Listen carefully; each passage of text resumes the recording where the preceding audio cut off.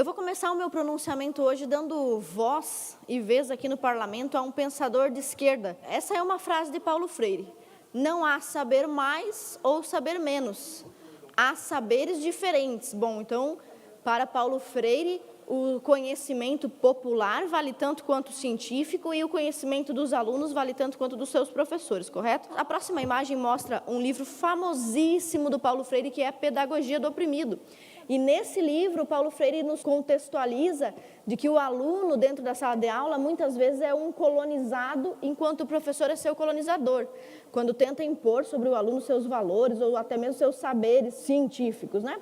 Enfim, Paulo Freire é defensor dessa ideia que você vê na boca da esquerda o tempo todo. E tem mais um ainda, uma das obras mais recentes dele, Pedagogia do Oprimido, fala sobre valorizar e respeitar a cultura do aluno, aquela cultura que o aluno traz de casa, até de uma certa forma, os saberes que não são científicos, que não são ensinados dentro da sala de aula, e o nome do livro, Pedagogia da Autonomia. Então você veja, para a esquerda, para os pensadores de esquerda, é tão importante que o aluno tenha tanta vez e tanta voz quanto o professor, é uma estratégia para destruir as hierarquias, o professor não manda mais que o aluno, não existe colonizador e colonizado dentro da sala de aula. Bom, diante de tudo isso é que eu quero trazer um fato que aconteceu na minha cidade natal, cidade de Itajaí, na semana passada. Essa foi a publicação que uma aluna do curso de Psicologia da Univale fez em suas redes sociais. Tudo começou, vou explicitar de forma bem imparcial, quando a aluna assistindo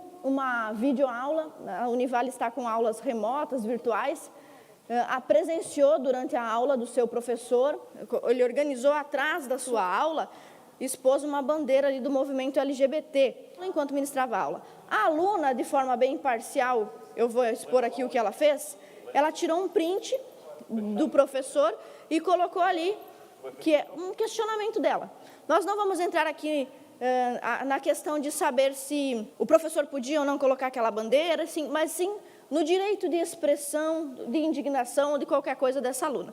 A aluna Ana Paula publicou ali nas suas redes sociais, então, aquela imagem que os senhores viram ali, perguntando por que o pessoal de esquerda aceita tão bem os símbolos ideológicos, as bandeiras ideológicas e partidárias, mas não aceita, está sempre tentando derrubar os símbolos que são religiosos. Nós temos também que considerar que a maior parte da população brasileira é cristã, seja católica ou evangélica, e não somente por isso, mas também porque a Igreja Católica, porque a comunidade cristã construíram a civilização ocidental, é que nós temos símbolos religiosos em todas as repartições públicas. Aqui mesmo dentro da Assembleia Legislativa, os senhores estão vendo um crucifixo, a imagem de Jesus Cristo maior do que o tamanho real, deve ter uns 4 metros essa imagem, não sou muito boa de cálculo, mas é por aí. Então, uma imagem grande, significativa, numa repartição pública.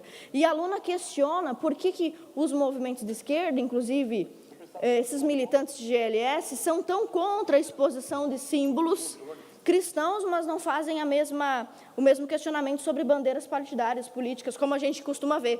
Professor dando aula com broche do partido político, com camisa defendendo suas ideologias, defendendo inúmeras pautas. Enfim, essa questão é muito simples. A aluna fez um questionamento nas suas redes sociais particulares. Publicou lá aquele stories que os senhores acabaram de ver. Bom, e aí começa a ação da militância e o modus operandi da militância de esquerda para destruir a reputação de qualquer pessoa que pense diferente. Olha só, primeira etapa, a primeiríssima etapa que esse pessoal se organiza a fazer é notas de repúdio, que é importante dizer para os senhores que não vale absolutamente nada.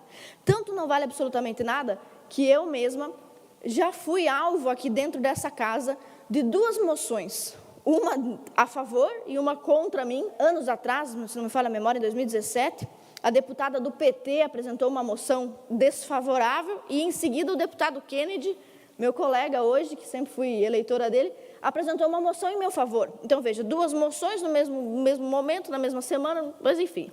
O modus operandi dessas moções de repúdio é de intimidar uma aluna anônima, desconhecida. Eu tenho certeza que os senhores nunca ouviram falar da Ana Paula na vida dos senhores antes. Então, aí só algumas notas de repúdio que saíram imediatamente.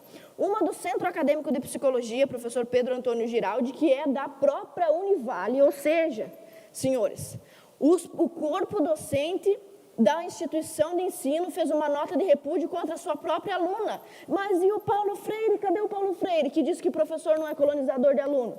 Que as pessoas têm direito a ter autonomia na pedagogia? Está ali. Então, a própria Univale se pronunciou através do CAPS contra a aluna. Tem também o Centro Acadêmico de Psicologia de Joinville, ali na segunda imagem. Tem também a Associação Brasileira de Saúde Mental.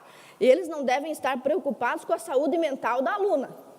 Porque colocar um número imenso de instituições e pessoas para achincalhar uma anônima, uma desconhecida, é uma pessoa contra 1.000, 2.000, 3.000. Isso aí não faz bem para a saúde mental de ninguém. Pelo visto, ninguém se preocupa com isso. E ali a última que vocês veem é do CA de Psicologia da Unesc.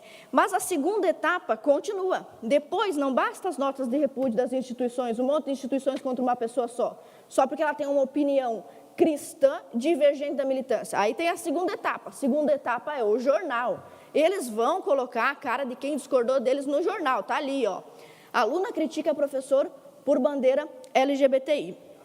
Você consegue, inclusive, visualizar nessa notícia a seguinte referência. A CAPS afirmou que é a favor da livre expressão, não sei como, e é contrária a toda e qualquer discriminação LGBT-fóbica. No jornal, a menina, Ana Paula, agora ela é LGBT-fóbica. Ninguém conhece a Ana Paula, ela não teve direito de resposta, mas todo mundo agora sabe que existe uma Ana Paula, que estuda na Univale, no curso de Psicologia, que é uma LGBT-fóbica. Bom, não bastasse agora a imprensa, aí tem a terceira etapa da destruição de reputação de quem pensa diferente dentro da universidade, que são quando a massa, os populares, os militantes, começam a invadir as redes sociais da menina para atacá-la. Olha do que essa moça, Ana Paula, acadêmica de Psicologia, foi xingada lá. Peço desculpa pelas expressões. Crente, escrota, você é escória. Só podia ser do Sul, né? Porque 90% do Sul é escroto. Olha o outro. Crente, vai logo morar com Deus, desejando a morte da aluna. E o próximo? O próximo é pior, porque aqui você tem uma publicação do professor. Esse rapaz, ele já foi professor, ele não leu Paulo Freire, porque ele está tentando colonizar a sua aluna. E olha o que o professor diz da sua aluna. É uma hipócrita religiosa. Já lecionei para ela. Olha, vagabunda, puta sem escrúpulos. Disso tudo a menina foi chamada apenas porque contestou um símbolo LGBT que ela não concordou, discordou do seu professor. Bom, diante de tudo isso, eu quero dar pela primeira vez o direito de expressão para essa menina, para que ela seja ouvida, já que esses portais, veículos de imprensa, muito pouco deram a ela crédito. Então, para terminar, eu gostaria de exibir um vídeo da própria aluna, por favor. Confesso que no início dessa situação me senti extremamente aterrorizada diante de tantos xingamentos e ameaças que foram além de mim, mas que chegaram até a minha família. Mas também, perante isso tudo, pude perceber o quanto meu posicionamento e questionamento foi totalmente coerente, uma vez que a luta para que me calasse foi gigantesca, né? E a partir disso também pude perceber o quanto centros acadêmicos, diretórios acadêmicos, conselhos de várias profissões que se posicionaram estão tomadas por ideologias de cunho político, né?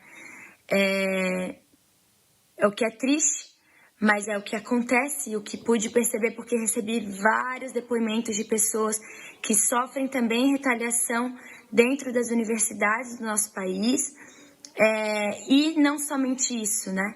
Mas de outras salas de aula que estão fora da universidade e estão, né, em outros contextos aí. Deixo aqui minha última fala, dizendo que não é só por uma bandeira. Minha luta é contra a doutrinação ideológica dentro das salas de aula, não só de universidades, mas de todo o nosso país. Deputada Ana, o inferno deve estar em festa.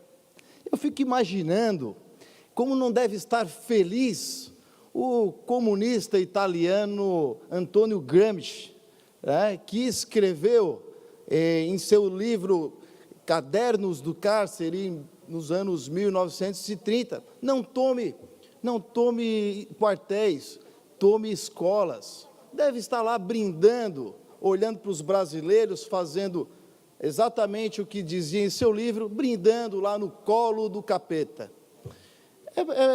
É por isso, deputada Ana, que eu vejo como muitas vezes uma pessoa que se diz de direita, ele ainda se simpatiza com esse tipo de movimento. Por quê? Porque é um movimento vitimista. Eles pensam que eles angariam todos os homossexuais. Isso não é verdade. Se você é de direita e nutre qualquer tipo de simpatia com esse tipo de movimento, pelego, pé no saco, reveja seus conceitos. Isso aí, com certeza, é um dos tentáculos de uma revolução socialista através da cultura. 80% dos brasileiros não concordam ou não se sentem representados por esse movimento. E você não vai ser homofóbico por isso. Não vai ser homofóbico por ser contra a ideologia de gênero, que é a principal pauta desse movimento.